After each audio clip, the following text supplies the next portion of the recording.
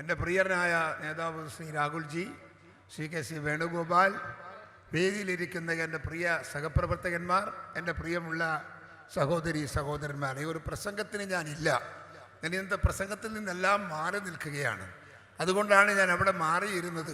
പക്ഷേ രാഹുൽജി പറഞ്ഞപ്പോൾ സംസാരിക്കാതിരിക്കാൻ സാധിക്കാത്തത് കൊണ്ട് 2 വാക്ക് ഞാൻ പറയുകയാണ്. നമ്മെ സംബന്ധിച്ചിടത്തോളം തീക്ഷ്ണമായ ഒരു പോരാട്ടത്തിലാണ് ഇന്ത്യയിലെ ജനാധിപത്യ സംവിധാനത്തിൽ ഇന്ത്യൻ നാഷണൽ കോൺഗ്രസ് എന്ന തിരിച്ചറിവ് എൻ്റെ പ്രിയപ്പെട്ടവരുടെ മനസ്സിൻ്റെ അകത്തുണ്ടാവണം. ഇവിടെ ഇടതുപക്ഷമുണ്ട്, ഇവിടെ മറ്റ് രാഷ്ട്രീയ പ്രസ്ഥാനങ്ങളുണ്ട്. ആ രാഷ്ട്രീയ പ്രസ്ഥാനങ്ങൾക്ക് മധ്യേ ജനാധിപത്യ വിശ്വാസത്തിൻ്റെ ഉത്തുംഗ ശൃംഖലയിൽ ഈ രാജ്യത്തെ തളച്ചിട്ട ഒരു രാഷ്ട്രീയ പ്രസ്ഥാനമാണ് ഇന്ത്യൻ നാഷണൽ കോൺഗ്രസ്.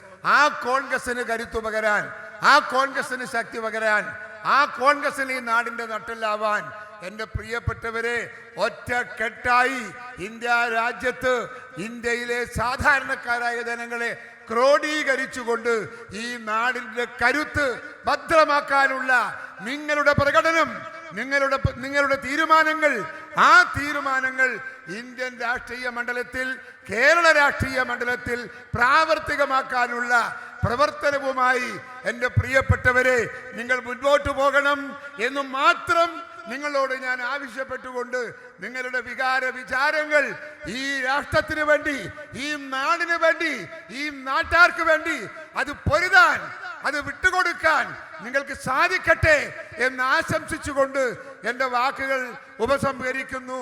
നിങ്ങൾക്ക് നമസ്കാരം. ജയ് ഹിന്ദ്.